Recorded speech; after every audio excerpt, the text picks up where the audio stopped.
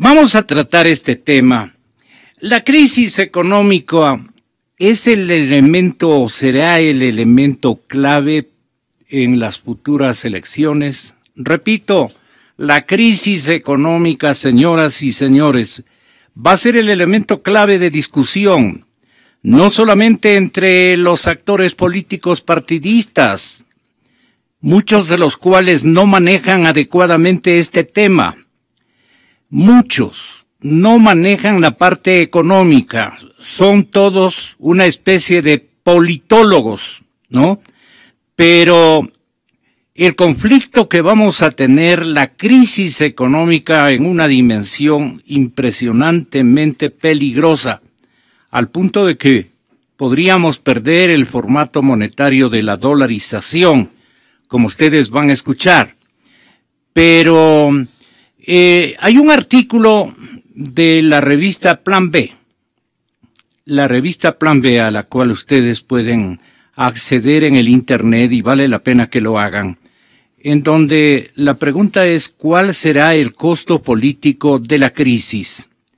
Lo escribieron con quienes más, Pablo, tenemos dos Pablos, pero este momento le pido a Pablo Ospina que tenga la bondad de hacerle conocer a la ciudadanía con qué criterio y qué tipo de preocupaciones ustedes elaboraron ese trabajo académico. De hecho, ustedes creen que la crisis económica va a ser el elemento más discutido, más controversial, el elemento clave, como menciona la revista, en las elecciones. Pero, ¿cuál va a ser el costo político de la crisis? ¿En contra de quién irá? Etcétera, etcétera. Esta definición la comenzamos con uno de los actores en este artículo, en este estudio, el señor doctor Pablo Ospina. Bienvenido, Pablo, buenos días. Listo, muchas gracias, Gonzalo, por la invitación. Bueno, el artículo que salió en Plan B retoma un trabajo que yo escribí sobre, que es un informe de coyuntura, que se llama ¿Por quién doblan las campanas? Que es un informe sobre, bueno, cuáles son los precandidatos o los perfiles que están apareciendo por el momento en medio de la situación económica difícil que atraviesa el país. Estamos también en un momento electoral. Entonces, bueno, era un poco especular cuáles son las combinaciones posibles de candidaturas o de alianzas que se están perfilando en este momento en el Ecuador. Pero en este proceso lo que se va es, Pablo, a cobrar facturas. Claro. ¿La primera factura es contra el gobierno o contra una oposición desconocedora, especialmente del primer tema, el tema económico? ¿Por qué los politólogos desconocen economía? Y me parece que allí hay una falla terrible, y por eso las cosas que siguen ocurriendo en nuestro país, incomprensiones sociales del todo, solamente van a la parte más fácil, la demagogia política, y ahora necesitamos ubicar en los ojos de la gente lo que se ha hecho con la economía. Claro. ¿Qué dice el maestro Ospina? Claro, y además hay una relación muy obvia entre política y economía y tiene que ver con que normalmente los movimientos políticos o los partidos políticos que afrontan crisis económicas y que viven los ciclos de auge o de declive de la economía, normalmente traducen eso en resultados electorales. Claro. Cuando hay crisis económica, cuando hay problemas en la economía, generalmente eso afecta la popularidad de los gobiernos. Y en el caso específico del gobierno ecuatoriano, lo que ocurre es que hay que preguntarse no solamente el tipo de apoyo que ha tenido a lo largo de este tiempo, que ha sido un apoyo bastante estable, bastante fuerte, sino que además hay que preguntarse sobre la profundidad de ese apoyo. A ver, ¿apoyo al partido de gobierno y al presidente? Y al presidente. Sí. Una de las características del apoyo político al gobierno, me parece que evidentemente hay muchísimas razones, hay muchísimas causas, se ha discutido muchísimo de por qué a pesar de los altibajos, a pesar de la polarización, a pesar de los errores que han tenido constantemente, mantiene de todas maneras una gran popularidad. En mi opinión, esto tiene que ver con que, a mi juicio, con que el gobierno cumplió con algo que la sociedad ecuatoriana demandaba, y esto es el regreso del Estado, la inversión pública. El hecho de que antes, durante los años neoliberales, el Estado no tenía, por ejemplo, los funcionarios públicos no tenían ni siquiera plata para la gasolina, para ir a hacer visitas a los agricultores, o no tenían medicinas los hospitales, o no se hacían las obras de infraestructura. Entonces, lo que hay es un regreso con fuerza. Si hay algo que ha cambiado, no creo que sea el país, sino lo que ha cambiado es el tamaño del Estado en la economía y la presencia del Estado en los territorios. Y esto era algo que la gente demandaba, que la gente quería, pedía, reclamaba, necesitaba. Y esto es en gran parte, yo creo, lo que explica la popularidad persistente del gobierno. ¿Y usted cree que el entorno ciudadano es el que ha apoyado a la izquierda denominada en la coyuntura revolución ciudadana? Se dio ese matiz, se autocalificó de movimiento revolucionario, pero se dieron cuenta que naturalmente venía una extraordinaria temporada de recursos.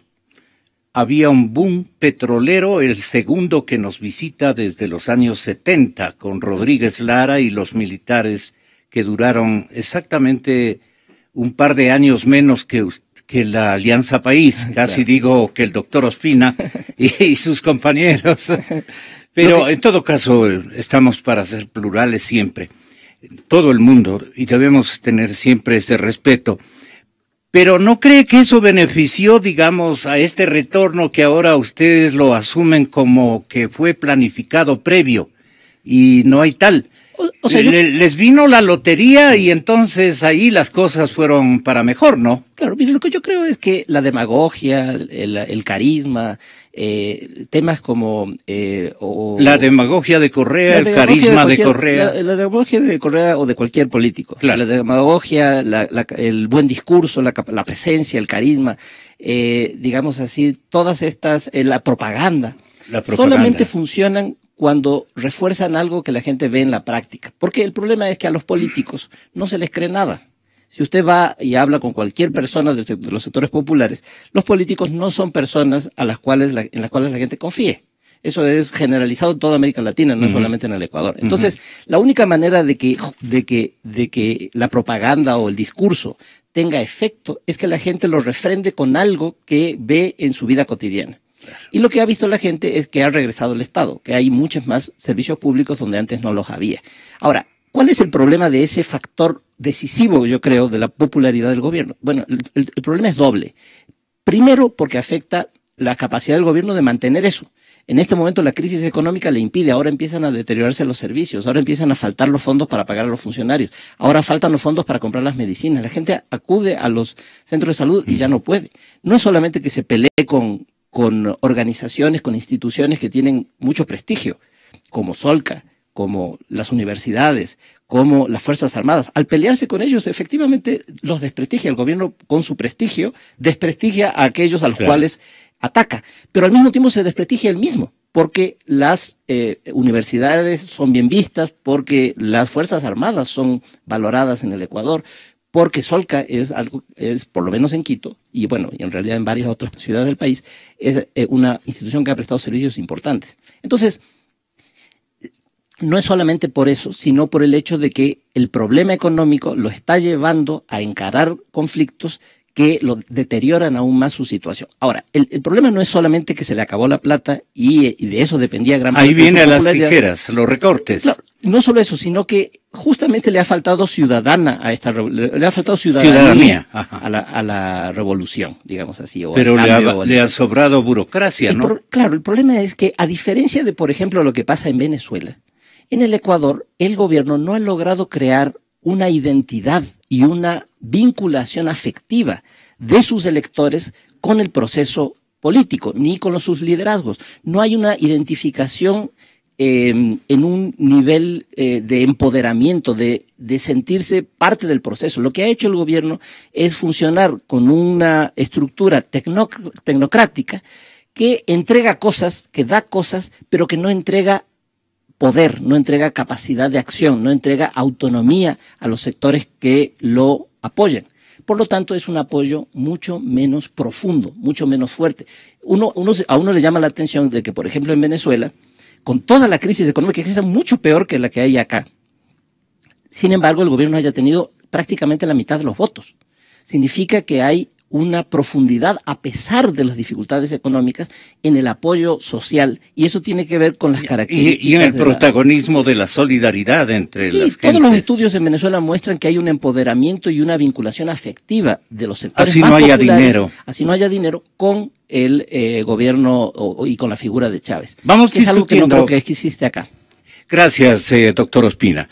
Vamos, Pablo, tenga la bondad usted. Señoras y señores, en la cadena Democracia, ahora el doctor Pablo Dávalos. Tenga la gentileza, doctor. ¿Cómo discutiría la posición, o si no, cómo la respaldaría a Pablo Ospina en sus primeros lineamientos de lo que él colige ha ocurrido con el manejo de la economía ecuatoriana en estos últimos 8 o 9 años?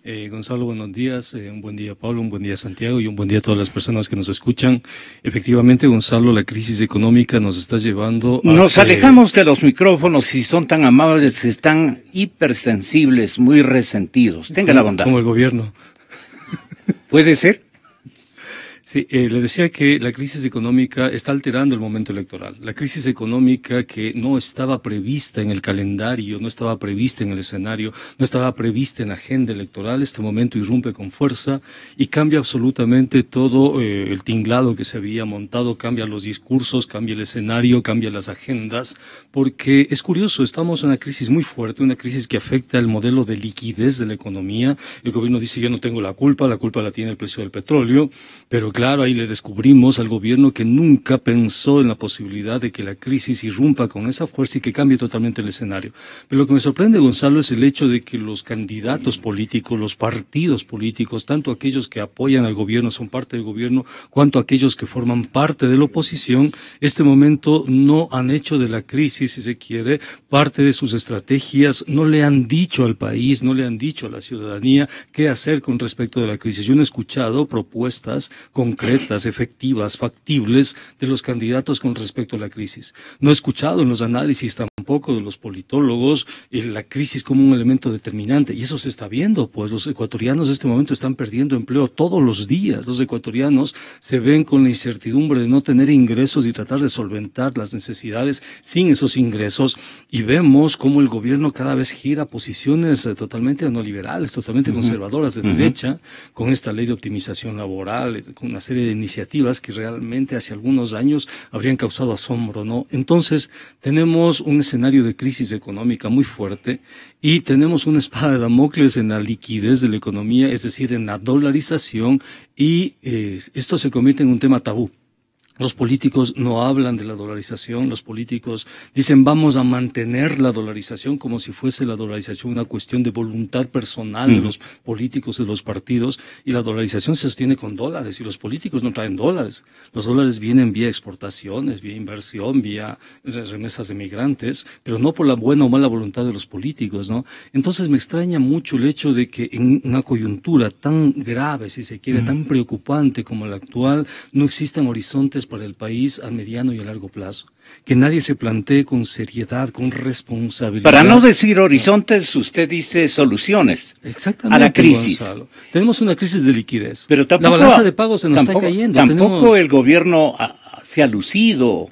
Es que, ha sido Gonzalo, extraordinario. el gobierno forma parte del problema, no de la solución. Claro. O sea, mientras Rafael Correa esté sentado en esa silla, los problemas se van a agravar todos los días por los ecuatorianos. ¿Por qué se van a agravar? Para que entienda la gente.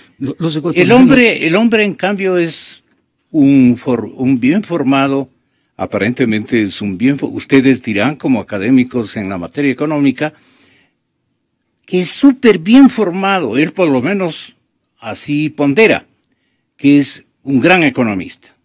Y si vemos la receptividad, el aplauso, el apoyo que ha tenido de centros académicos internacionales, tanto de Europa como de América del Norte, uno dice, tenemos a uno de los presidentes más conocedores de la materia económica. Pero miren ustedes en las que estamos, ¿qué fórmula este momento pertenece al señor presidente de la República para abandonar esta crisis de liquidez? Lo primero que hay que hacer en una circunstancia de crisis es reconocerla, pues.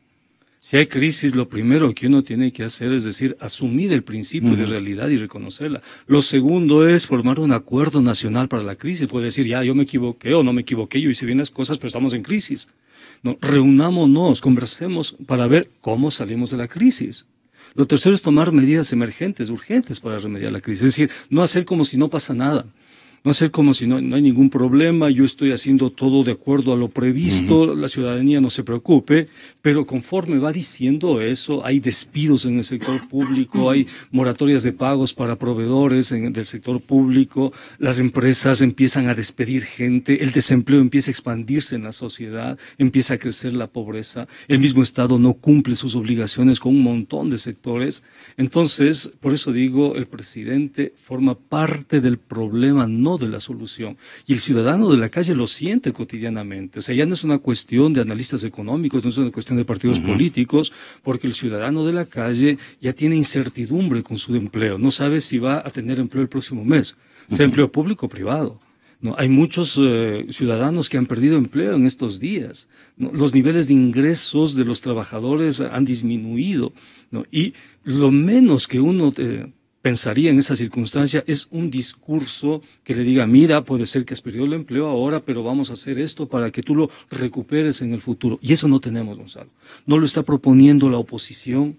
No, tanto de izquierda como de derecha, la oposición no tiene horizontes. Yo no le veo a la oposición. Se le terminó un poco el repertorio al sumum económico de la revolución. Ahora nos damos cuenta de lo que la revolución ciudadana hizo fue gastarse los recursos, esos recursos que provinieron del petróleo. Nosotros los economistas los llamamos ciclo de los commodities, porque el petróleo, como no genera valor agregado, se llama commodity. Entonces vemos que este es un gobierno producto de la expansión de los commodities, del precio de los commodities. Esos precios caen en crisis y el gobierno cae en crisis. Es decir, no tenemos mediaciones entre el precio del petróleo y el sistema político. Por eso me sorprende que los politólogos, me sorprende que en el análisis político, la economía que es tan fundamental, que es tan importante, sea soslayada, ¿no? Hay una frase de Bill Clinton, recuerden la elección, ¿no? Cuando Bill Clinton decía, es la economía, estúpido, le decía, ¿no? Es una frase fuerte, una frase importante que forma parte ahora de la discusión mundial, es la economía. Y resulta que la economía en este momento cambió el escenario, cambió la agenda de los políticos y los políticos no se sienten preparados ante eso. Y la ciudadanía no confía en los políticos, pues. Porque no se trata de decir voy a fortalecer la dolarización, voy a crear empleo. No, señor, ¿cómo? ¿Cómo va a fortalecer la dolarización? ¿Cómo va a crear empleo? No se trata de decir no pasa nada en la ciudadanía, este gobierno está adoptando las mejores decisiones. No, señor, si está adoptando las mejores decisiones, ¿por qué no paga pues a los hospitales? ¿Por qué no paga a los proveedores? ¿Por qué se atrasan los salarios? ¿Por qué disminuye las transferencias? ¿Qué opinión tiene usted de la nueva generación de emprendedores o de empresarios? Mientras no exista política pública, esos jóvenes emprendedores no van a tener un marco institucional que los respalde. Así de simple. Usted puede ser todo lo más inteligente y puede generar las mejores iniciativas, pero si no tiene un marco institucional que respalde sus iniciativas, no sirve de nada, pues. Es decir, ese marco institucional implica reglas de juego, implican una mínima estabilidad en el mediano plazo para que usted pueda planificar a futuro, qué sé yo, sus ventas, sus ingresos, sus estrategias de empleo, etcétera, ¿no? Y eso no existe en este momento en el país. Pero tampoco hay un empresariado que quiera arriesgar activando... No, sí hay empresarios que arriesgan y arriesgan bien porque les va bien con el gobierno, pues. ¿No? Hay empresarios a los que les va mal. No, pero el Grupo Novis acaba de inaugurar un hotel. O sea, hay empresas a las o ámbitos empresariales a las que les va muy bien. Mire, en este país... Pero siga diciéndonos algunos nombres. Hay 500,000 empresas, Gonzalo. Hay 500,000 empresas registradas de acuerdo al censo económico. Pero esas 500,000 pero habrán empresas, unas 100... No, Gonzalo, le doy los datos. 3,000 empresas controlan el 90% del valor agregado nacional. ¿no? Tiene usted empresas ahí a las que le va bien. Al señor Lasso, con su empresa Banco de Guayaquil, le va muy bien.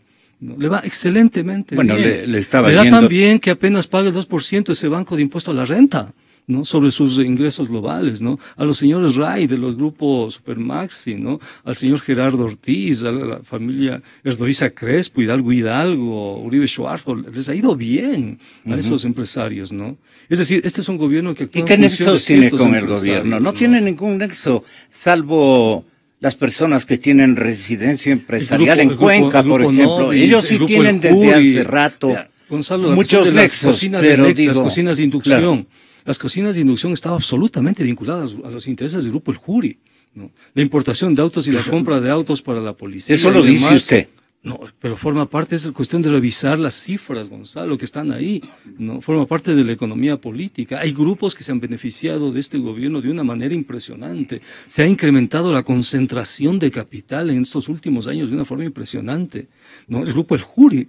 Vea usted el Grupo El Juri cómo ha crecido su volumen de ventas, ¿no? De alrededor de unos 600 millones en el año 2005-2006 a más de 3.000 millones de ingresos netos en el año 2014. Este es un punto seguido, le devuelvo enseguida el uso de la palabra, pero queremos rescatar las previsiones que tiene Mesías Tatamuez, uno de los dirigentes sindicales más importantes y tradicionales que tiene el Ecuador. Mesías, ¿cómo estará la marcha de esta tarde? Buenos días a usted, licenciado, y a través suyo al pueblo ecuatoriano por su medio de comunicación. Yo creo que nosotros primero, de la oportunidad, queremos dar el pésamo con todo corazón a los familiares de las 22 víctimas que fallecieron, porque son ecuatorianísimos, que cumpliendo su deber fallecieron, perdieron su vida. Por ello, para nosotros es importante que esta marcha sea grande, fuerte y también sea pacífica en beneficio de lo que el gobierno ha dado, lo ha dicho que declara duelo nacional. El duelo nacional hubiera sido bueno que el gobierno lo retire el proyecto o lo archive. Hubiera sido interesante y que lo discutamos los ecuatorianos, ecuatorianas en el tripartismo, empleadores, trabajadores, gobierno. Ahí eso hubiera ayudado muchísimo. Gracias, Mesías. Gracias, Mesías. Continúe, señor economista. Mil perdones por la interrupción, pero queremos tener una visión de lo que ellos calculan será el movimiento social liderado por el pueblo de Quito esta tarde a partir de las 17 horas, no obstante las circunstancias que lamentablemente han ocurrido de últimas horas. Tenga la bondad, Pablo. Mire lo que estábamos conversando, Gonzalo. Estamos en un contexto de crisis económica. En ese contexto necesitamos acuerdos. Y justo en ese contexto al presidente se le ocurre enviar leyes que desgarran el tejido social, que provocan estas manifestaciones, estas marchas. Es decir, en un contexto donde necesitamos acuerdos, donde necesitamos convergencias, donde necesitamos un mínimo, un horizonte mínimo al mediano plazo para proteger el empleo, al gobierno se le ocurre desgarrar, provocar, agitar el escenario político, ¿no? ¿Por qué? ¿Por qué lo hace? El gobierno está absolutamente claro que su ley de optimización laboral rompe con la Constitución, rompe con los tratados y acuerdos internacionales que protegen los derechos de los trabajadores. Esa ley no va a generar empleo, porque para el empleo se necesita banca pública de desarrollo, para el empleo se necesitan decisiones concretas y marcos institucionales en el sector agrícola, en el sector financiero, en la pequeña industria, etcétera, etcétera. No está tomando esas decisiones. ¿Qué decisión toma en este momento? Agredir a los trabajadores se sienten agredidos, salen a las calles en un contexto de crisis. Por eso digo, el gobierno forma parte del problema, no de la solución. Si el gobierno quiere finalmente solucionar la grave crisis, llame a un acuerdo nacional, llame a todos los ecuatorianos. Nadie le está echando en este momento la culpa del precio del petróleo, pero sí le estamos en este momento cuestionando sus decisiones como la ley de optimización laboral, que en un contexto tan grave como el actual, donde los ecuatorianos están perdiendo empleo, el presidente decida agredir a la sociedad, ¿no? Un asambleísta de provincia, de una provincia realmente vigorosa, que en los últimos años, en las últimas décadas, y me contento mucho por el oro, ha surgido en forma muy impetuosa y con con ganas de su empresariado, de diferentes latitudes su empresariado. Representando a la provincia del Oro, el señor Franco Romero Loaiza, dentro de el segundo debate del proyecto de la Ley Orgánica de Optimización de la Jornada Laboral y este famoso seguro de desempleo, sugiere al presidente Rafael Correa, y lo dice con todo el peso que significa esta exigencia, o esta sugerencia, como quiera verlo usted. Pero la nota periodística suscrita por este asambleísta dice: yo le sugiero al presidente Correa que ante la falta de acciones reales para frenar la crisis económica que está viviendo el país, dé un paso al costado y procure la sucesión constitucional para que de manera inmediata se tomen las medidas que frenen la situación actual. Suscribo, Gonzalo, eso. Las leyes se crean, las leyes se aprueban para beneficiar a toda la población, son y deben ser para favorecer a toda la sociedad. Se trata de poner una venda en los ojos de los habitantes del Ecuador, distraer su atención con proyectos de ley que supuestamente les van a beneficiar, se refieren a este proyecto. Esto ha señalado el señor parlamentario Romero, al aludir al proyecto de ley que se está debatiendo en segunda instancia en el Pleno Legislativo. El pueblo ecuatoriano, cada día en mayor número, ya se sacó esa venda impuesta por la Revolución Ciudadana, dice Romero, que despilfarró el dinero de todos mediante propagandas en todos los medios de comunicación que le eran obviamente afectos, no en los otros. Verbigracia este. El problema que tenemos que resolver es la crisis económica que vivimos en las calles, en las plazas, en los mercados del país. Y perdonen por yo leer la totalidad de este comunicado, porque me parece puede gozar eventualmente del apoyo mayoritario de la población ecuatoriana. Me atrevo a pensar que es mayoritario porque, francamente, economista Bucaram, la gente con la que usted se trenza a una plática tranquila, de reflexión, lo que menciona es, pero no da señales de vida, no es el académico que esperamos, no, el señor presidente no ha logrado configurar una estrategia que la menciona incluso el señor diputado Romero, que la menciona y ya la voy a dar a conocer. Y entonces dice, distinto a lo que está ocurriendo este momento, el silencio de la presidencia de la República es manifiesto y es como que dicen, se me acabó el repertorio, no sé qué realmente hacer. Es tan complicado el lío y la crisis, los niveles hasta donde ha llegado, digamos, este cuarto de hora ecuatoriano bastante complejo, o le falta voluntad política, o simplemente no quiere dar pasos que en un momento de crisis hay que darlos. Él se fija en su modelo ideológico y de ahí no quiere separarse. Entonces tiene razón Franco Romero Loaiza de decir, por favor, de un paso al lado para que seguramente el señor vicepresidente se asuma el cargo. ¿Qué opinión tiene usted, señor economista Bucaram? Primero, muy buenos días, Gonzalo, muy buenos días, Pablo y Pablo.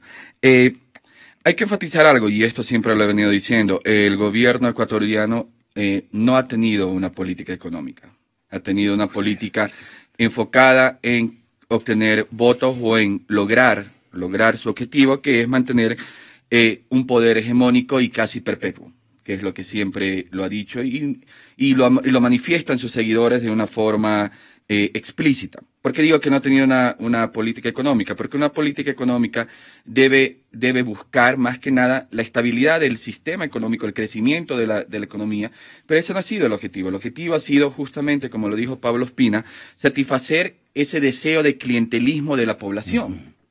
Entonces, ese deseo de que el Estado provea, el Estado tenga un rol de proveer más de lo que debería proveer y de alguna manera satisfacer esa necesidad de clientelismo, no se puede llamar política económica.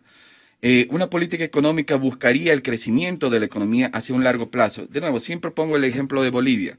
En Bolivia tenemos una situación muy similar, un gobierno muy similar, ideología muy similar. Sin embargo, ahí sí... a la que exhibe el señor presidente Correa. Pero lo que dice Pablo Ospina es verdad. Digamos, no hay que irnos al ejemplo de Venezuela, sino en el ejemplo de Bolivia, los movimientos sociales han estado activos y los movimientos sociales han mantenido en raya al gobierno para que haga justamente las políticas necesarias para generar crecimiento. De hecho, la mayoría de los movimientos sociales son movimientos de trabajadores y todas las políticas han estado enfocadas en la generación de trabajo y en la generación de crecimiento económico. En Ecuador la situación... ¿Faltó este seguimiento de parte de los trabajadores ecuatorianos a Correa? ¿Cómo? Faltó este seguimiento, Faltó esta el seguimiento exigencia. de los movimientos sociales. En el momento que Correa llegó al poder, los movimientos sociales terminaron desintegrándose. Ya sea porque muchos de sus dirigentes fueron absorbidos por el sistema de es que les convirtió en altos jefes burocráticos. Y algo que ha sucedido es justamente esto, esta forma de que cómo se han convertido. Correa, de pasar de un economista académico, entró al poder y se convirtió en un político. Lo sigo diciendo.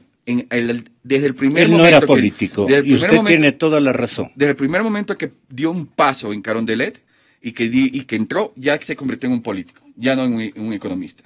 Y actualmente estamos en una situación muy compleja, es una crisis muy compleja, y no quiere admitirlo. La razón por la cual el presidente Correa y el gobierno no lo quiere admitir es porque tendrá que de alguna manera también admitir las causas de esa crisis, que es una causa estructural de un sistema o de una política económica que no era sostenible en el tiempo. Era una política económica que se basaba en altos precios de petróleo y en un gasto desmesurado. De hecho, el gasto superaba los ingresos petroleros y, por lo tanto, es una política solventada no solamente en gastos, sino también en endeudamiento.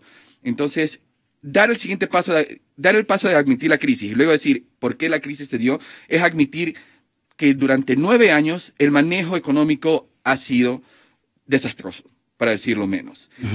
Lo que sí asusta, lo que sí da. Y perdone, y el recetario que no aparece y que estamos precisamente censurando aquello de un académico, de un hombre vigoroso en el conocimiento económico aparentemente, no sale la más mínima receta, como por ejemplo, yo les ofrecí darle la solución que en términos generales, pero con buen sentido común, sugiere y advierte a la vez Franco Romero Loaiza. Les prometo que con este caballero no me he visto tiempazos. Él es un antiguo representante orense al Parlamento ecuatoriano. Y antes todos mis compañeros son fieles testigos. Nosotros éramos parte del Congreso Nacional más que las curules. Ahí estábamos a las 4 de la tarde y también parte de la mañana. Era nuestra fuente preferida. Otro parlamento, desde luego, distinto, mucho más capaz. Bueno, 3 aspectos sugiere, y le presento esto como solución a los 3, a ver qué opinan. Estoy con el director del Instituto de Economía de la Universidad San Francisco de Quito. El caballero Franco Romero dice, lo que hay que poner en vigencia es un programa de disciplina fiscal, poner en marcha un programa de disciplina fiscal que recorte el tamaño del Estado, así como su influencia en la economía. Vieja fórmula, dirán, de los neoliberales. Número 2. Precisar la verdadera magnitud del déficit fiscal bajo parámetros realistas y consecuentemente especificar las necesidades reales de financiamiento, así como las fuentes disponibles al momento. Un poco de repituche de lo anterior. Y número 3, transparentar la información pública sobre el gasto corriente, las inversiones, el manejo de fondos del IES, la deuda interna, la deuda externa y los contratos de preventa petrolera. los contratos de preventa petrolera. Este asambleísta del Oro finaliza diciendo que duda que el presidente dé su brazo a torcer, que acepte que su proyecto político y económico ha fracasado después de 9 años de enviar mensajes súper equivocados tanto a los ecuatorianos como a los mercados y a todos los países del mundo. Vamos a la inversa. Vamos con Santiago Bucarán. Ahora, todas esas recomendaciones las hemos venido diciendo varios analistas, la he venido diciendo Pablo, la he venido diciendo yo, otros analistas, digamos, en octubre del 2015 se sacó un comunicado de economistas académicos que se dice exactamente lo mismo. Menos el economista Alberto Acosta, y a mí me consta, menos el economista Alberto Acosta. Pero, ¿por qué cree usted que Alberto no se mete a configurar un recetario? No lo sé. Debe tener sus razones personales, no lo sé, pero... Ahí le falta politología. Pero lo interesante es que las soluciones ya están dichas. El problema es que ni el presidente ni los candidatos de la oposición se atreven a cogerlo. De hecho, ni los candidatos de la oposición dicen que hay crisis. Pero el recetario que los candidatos de la oposición, todos y cada uno, que argumenta es lo mismo que haría el gobierno de la Revolución Ciudadana. O sea, no hay una marcada diferencia, tal vez. No hay una marcada diferencia y aparte no hay una seriedad de los candidatos de oposición de decir, estamos en una situación tan compleja que hay que tomar medidas duras. Ninguno quiere poner la mano, lanzarse en el fuego diciendo, ¿sabes qué? Hay que tomar medidas duras, el pueblo ecuatoriano. Ninguno. ¿Y cómo le iría al político o al académico o al personaje que esté muy bien vinculado con la coyuntura económica del país, si es que dice la plena y dice las medidas van a ser terribles, pero esto hay que hacer, y lo pone como este señor asambleísta Franco Romero, arriesga, dice, a mí me pueden clausurar en la provincia del Oro como político, pero voy a dar por lo menos estos 3 remedios emergentes: poner en marcha un programa de disciplina fiscal, obvio, precisar la verdadera magnitud del déficit fiscal bajo parámetros realistas, obvio. Y número 3 dice, transparentar la información pública sobre el gasto corriente, inversiones, manejo de fondos del IES, la deuda interna, externa y los contratos de preventa petrolera. O sea, darle un escenario de transparencia a todos los parámetros económicos, especialmente de carácter fiscal. Esa es la palabra, transparencia. Transparencia en todas las cuentas es el tercer paso a seguir. Los parámetros que tiene que exhibir y admitir el señor presidente son vergonzantes, que por eso no lo dice. Claro, o sea, porque va en contra de incluso la ideología que vendió. Por ejemplo, en este momento estamos consiguiendo la liquidez a través de políticas agresivas extractivistas, regalando pozos petroleros, regalando minas, y eso es lo que estamos haciendo. Entonces él se está yendo en contra de su ideología, en contra de lo que vendió, y va a demostrar de que toda la política económica que estableció no era la adecuada. Ahora, a mí lo que me preocupa es la oposición. Eso es lo que me tiene realmente muy preocupado. Y es que hasta el día de hoy... Ya está molesto, ¿no? Claro, porque como dijo Pablo Espina, la gente no le cree a los políticos, pero la gente no le cree a los políticos porque los políticos primero quieren capitalizar sobre la mentira y segundo le tienen miedo a la verdad. En este momento Ecuador ya no necesita un político, Ecuador necesita un estatista, alguien que diga las verdades y que diga en qué situación estamos. Y necesita que esa persona haga madurar a la población ecuatoriana y le haga entender que el rol del Estado es muy diferente a lo que se ha venido dando durante estos 9 años. El rol del Estado ya debe dejar de ser tal cual como se lo presentó un Papá Noel que daba regalos a cambio de votos. Sino el rol del Estado debe ser el Estado debe configurar una política económica que impulse el desarrollo económico y además que establezca las reglas claras, establezca un sistema de instituciones por medio de la cual haya leyes que eviten que grupos de poder sigan manejando el país, porque se habla al final del día de que Correa ha podido, o el gobierno de la Revolución Ciudadana ha podido eliminar los grupos de poder y ahora es él quien tiene el poder. Mentira, mentira. Los grupos empresariales siguen teniendo poder, sino que esta vez son muy pocos y es un monopolio de grupos de interés. Antes eran un grupo de interés mucho más amplio. ¿Usted comparte los mencionados aquí hace contados instantes por Pablo? Sí, sí, claro. No, usted digo, Santiago. Claro. Concuerda. Exactamente. Eso ya son los beneficiarios. Y eso son datos que aparecen en los medios de comunicación. Claro. Hay hechos, o sea, hechos tangibles. No estamos inventando nada. Los analistas, todas las opiniones de Pablo, la mía, de otras personas, está sustentado en hechos tangibles, claro, visibles, comprobados. Pero el señor presidente dice, economista Dávalos, economista Ospina, economista Bucarán. El señor presidente dice, es que a mí me tocó la tormenta perfecta. Se desacelera China, el principal financista del mundo. Correa depende de China. Ecuador, Estados Unidos depende de China. Si nosotros prestamos a China es que estamos vendiendo el país a China. Si Estados Unidos presta a China ni se entera, pero China financia hasta los Estados Unidos. Colapsa el mercado ruso, uno de nuestros principales mercados.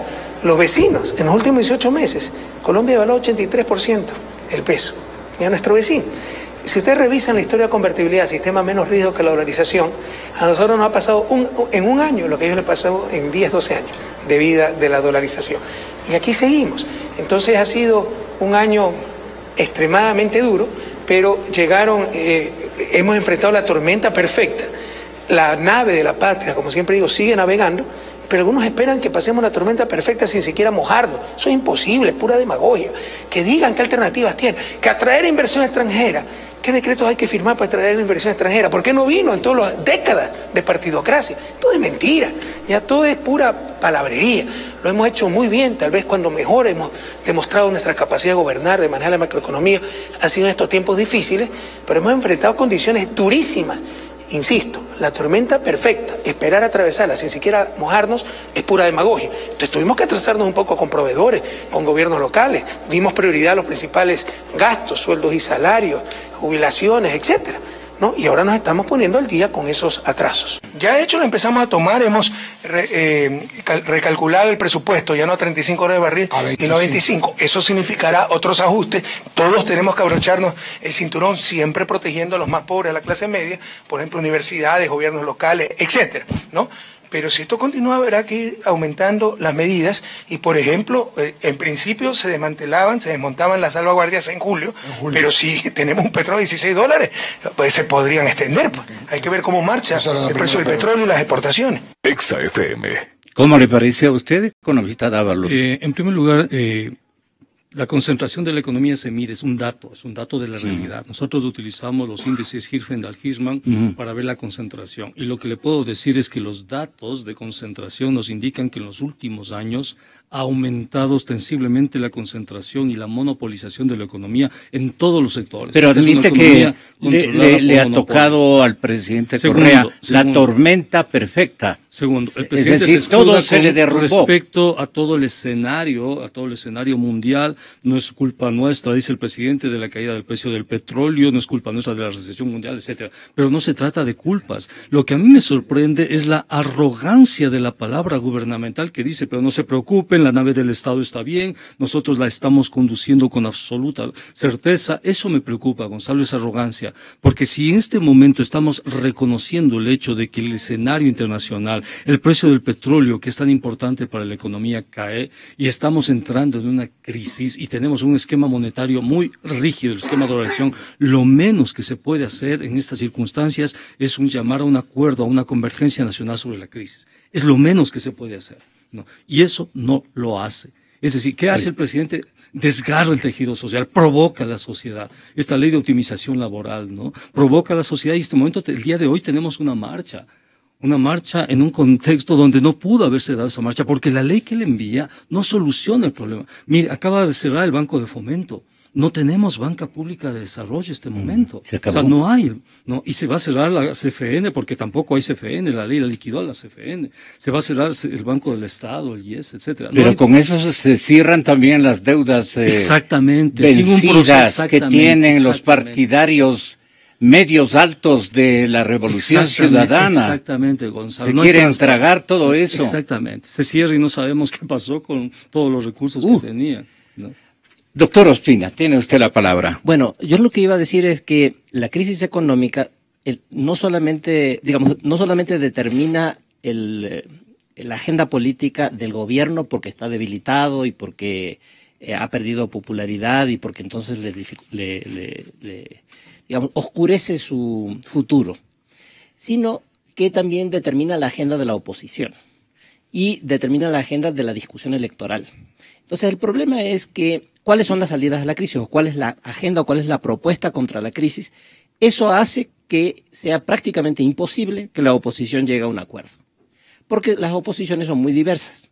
Entonces, para dar el ejemplo de Pablo Dávalos, el ejemplo de la ley de optimización laboral. Bueno, los trabajadores se oponen a que exista ese tipo a la dirección, al sentido de la reforma, mientras que los empresarios se oponen o critican porque no es suficiente, porque quisieran más flexibilización laboral de la que el gobierno propone. Uh-huh.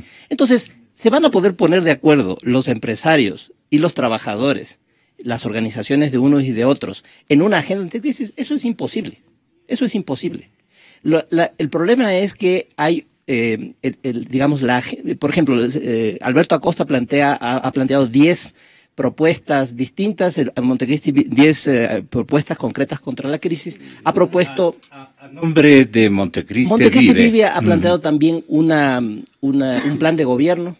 O sea, si uno lee eso, no hay ninguna forma de que los sectores de izquierda se junten con los sectores de la derecha. No hay ninguna posibilidad. Pero el pensamiento del presidente Correa con el pensamiento del señor economista Alberto Acosta es... Tienen algunas convergencias, pero tienen otras que son muy diferentes. Uh-huh. A ver, yo lo que quiero decir es que en cuanto a la agenda política y en cuanto a lo que va a hacer la oposición en este año electoral, lo que esto ha hecho es que ha reforzado una tendencia que venía de antes y que y que de alguna manera era inesperado para todos los agentes políticos. Se creía que luego de un gobierno como el de Alianza País, lo que iba a venir después era necesariamente un gobierno conservador, alguien como Guillermo Lasso, o como Alberto Dajic, o alguien de ese tipo de pensamiento político y económico. Pero lo que ha pasado es que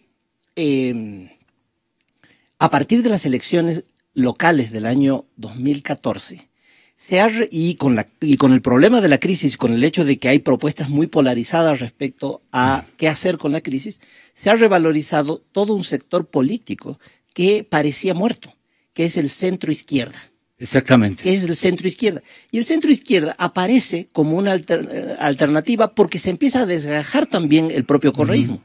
Y entonces han aparecido, ¿no es cierto?, Paul Carrasco,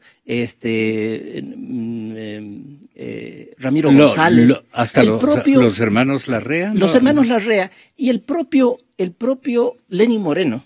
Ya. Que nosotros, digamos, que dice que va a estar con el gobierno, pero en realidad, de nuevo, a los políticos van a estar midiendo para dónde van los vientos y qué es lo que les conviene más. Y el detalle de Lenín Moreno es que la popularidad de Lenín Moreno, a diferencia de cualquier otro funcionario de gobierno, no depende de Rafael Correa. Es una popularidad independiente. Entonces, estos sectores que aparecen propia de él, dice usted. Sí, propia, personal. Y por eso es que hay dificultades dentro de Alianza País para imponerle cosas o para negociar cómo va a ser su... Pero Lenín Moreno le canta esta canción que acaba de mencionar uno de los versos el propio presidente Correa. Dice, todo se derrumbó tras de mí, y le dedica a Lenín Moreno al señor presidente Correa. Todo se derrumbó dentro de mí. Imagínense ustedes, señoras y señores. Vamos adelante. Solo termino la idea. La idea es que esos candidatos que aparecen en el centro, que no aparecen en la izquierda, están jugando el fiel de la balanza. Están diciendo por un lado una cosa, por otro lado otra cosa, un tipo de propuesta mixta para tratar de acordar por un lado y por otro. Y hay algunos sectores que, por supuesto, se plantean como primer objetivo fundamental derrotar al correísmo, no importa lo que venga después. Para otros sí les importa lo que viene después. Entonces el problema es cómo se va a imponer o cómo se va a plantear o qué propuestas van a vencer en lo que va a venir después. Y en eso yo creo que las izquierdas y las derechas es muy difícil, es prácticamente imposible que se pongan de acuerdo. Es más probable un escenario del tipo argentino, donde finalmente se resuelva en las urnas las diferencias, que un escenario del tipo venezolano, donde toda la oposición encuentra un candidato Jaime común. Durán Barba, el consultor político del actual presidente argentino, le garantizaba, y creo que cumplió, de que si el presidente argentino actual se ubicaba en el centro izquierda, iba a ganar la elección, y eso salió así. Ahora, las izquierdas de Kirchner lo mencionan como un alto exponente de la derecha política argentina, al presidente Macri.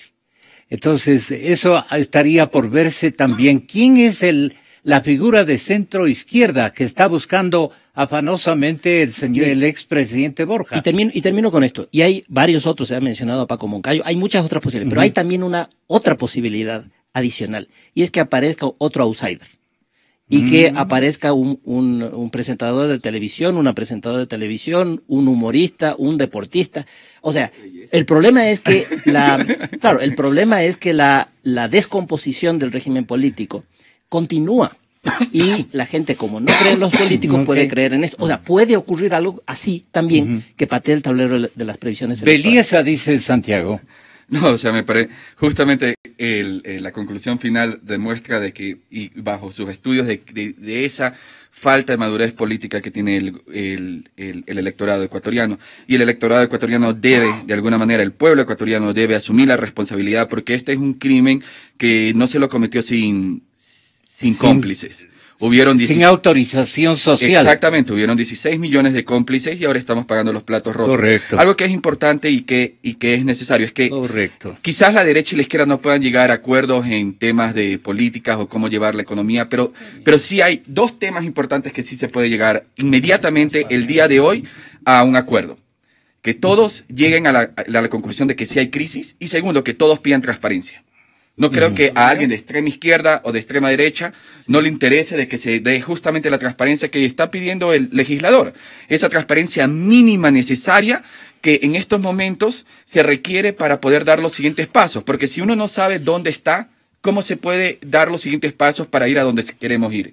Entonces, y además, con la transparencia se puede lograr algo que es muy importante, y es derrotar, eliminar y por fin acabar con todas las falacias que dice el correísmo. Por ejemplo, en el tape, en la grabación que usted pasó, Correa dice: durante la partidocracia no hubo inversión extranjera. Sí, pero ya dejemos de hablar partidocracia, porque ya llevan 9 años en el poder. Hace un año ellos eran poder, hace 2 también, 3, 4, 5. Ellos estaban en el poder, y por lo tanto, durante esos 9 años, ¿por qué tampoco hubo inversión extranjera? Que también se destape la falacia que diga: esta fue la tormenta perfecta. Sí, pero esta es una tormenta perfecta de la misma manera que una epidemia de gripe es para un grupo de poblaciones. Aquellos que tienen su sistema inmunológico totalmente afectado y que no se preocuparon por su sistema inmunológico de fortalecerlo, la gripe se puede convertir en neumonía. Pero aquellos que estuvieron preparándose o cuidándose de su sistema inmunológico para la temporada de gripe, que de hecho iba a pasar, la gripe simplemente es una gripe, nada más, es lo mismo. Eventualmente nosotros sabíamos, todo economista sabe que así como hay valles, hay picos, y estábamos en un pico, eventualmente iba a venir el valle. No era si iba a venir o no, sino cuándo iba a venir, y había que estar preparados, y nunca nos preparamos, y a eso se llama irresponsabilidad. ¿Usted podría responderle al señor presidente en estos acertos, señor economista Pablo Dávalos? Se desacelera China, el principal financista del mundo. Correa depende de China. Ecuador, Estados Unidos depende de China. Si nosotros prestamos a China, es que estamos vendiendo el país a China. Si Estados Unidos presta a China, ni se enteran. Pero China financia hasta los Estados Unidos. Colapsa el mercado ruso, uno de nuestros principales mercados. Los vecinos, en los últimos 18 meses, Colombia devaluó 83% el peso. Y a nuestro vecino. Si ustedes revisan la historia de convertibilidad, sistema menos rígido que la dolarización, a nosotros nos ha pasado en un año lo que a ellos les pasó en 10, 12 años de vida de la dolarización. Y aquí seguimos. Entonces ha sido un año extremadamente duro, pero hemos enfrentado la tormenta perfecta. La nave de la patria, como siempre digo, sigue navegando, pero algunos esperan que pasemos la tormenta perfecta sin siquiera mojarnos. Eso es imposible, es pura demagogia. Que digan qué alternativas tienen, que atraer inversión extranjera. ¿Qué decretos hay que firmar para atraer inversión extranjera? ¿Por qué no vino en todas las décadas de partidocracia? Todo es mentira, ya todo es pura palabrería. Exa FM. Pablo Dávalos. Primero queremos saber qué firmó con China. O sea, ¿qué firmó? O sea, porque no firmó él, firmó a nombre de los ecuatorianos, a nombre de usted, a nombre de las personas que nos están escuchando. ¿Qué firmó? ¿Qué garantías obtuvo? Firmó, ¿Por cuánto firmó? ¿Firmó Rafael Correa?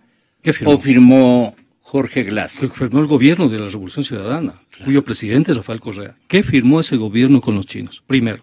Segundo, si tenemos contracción económica, ¿por qué no genera políticas contracíclicas?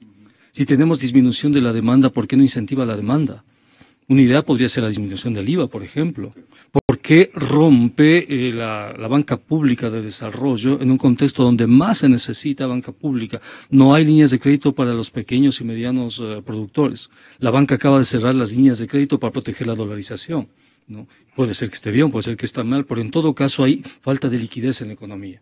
¿Qué hace el gobierno? ¿Qué instrumentos ha generado? Si hay pérdida de empleo, ¿por qué no llama a un acuerdo nacional por el empleo? ¿Por qué dice que todo está bien y no paga a los proveedores, despide gente, ajusta la economía, ¿no? ¿Por qué envía leyes que contradicen a la Constitución y que afectan los intereses de los trabajadores y se enajena el apoyo de los trabajadores? ¿Por qué provoca a la sociedad? ¿Por qué lo hace? ¿Qué es lo que quiere realmente, no? Por eso suscribo lo que dice el legislador Romero. Este señor es parte del problema, no de la solución.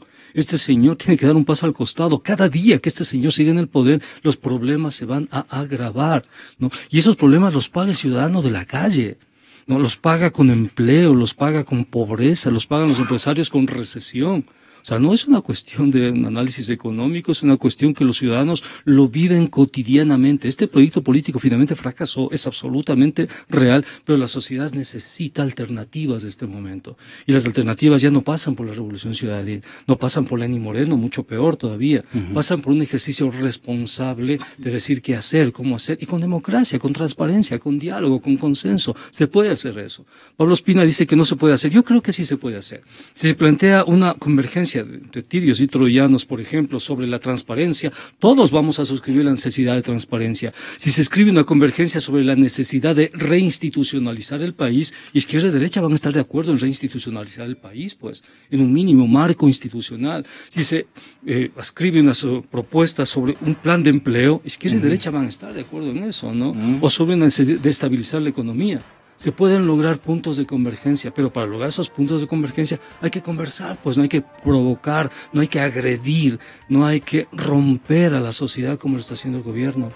La centroizquierda... No tiene candidato este rato la centroizquierda, Gonzalo, no tiene candidato. ¿Ni ideas de gobernanza? No, y tampoco tiene ideas de gobernanza, es un espacio vacío la centroizquierda. Y si la centroizquierda no presenta candidato, ese espacio se va a ser adueñado. Porque volver al discurso de los años 80 sería... No, la sociedad ecuatoriana pide estabilidad, Gonzalo, más allá de todo pide estabilidad. Lo que no queremos, lo que la sociedad ecuatoriana no quiere es otra vez el programa de ajuste de los años 80 y 90 que destruyó pues a la sociedad ecuatoriana. Quiere otras ideas, quiere estabilidad, quiere transparencia, quiere seguridades, quiere institucionalidad. Estamos buscando la verdad siempre.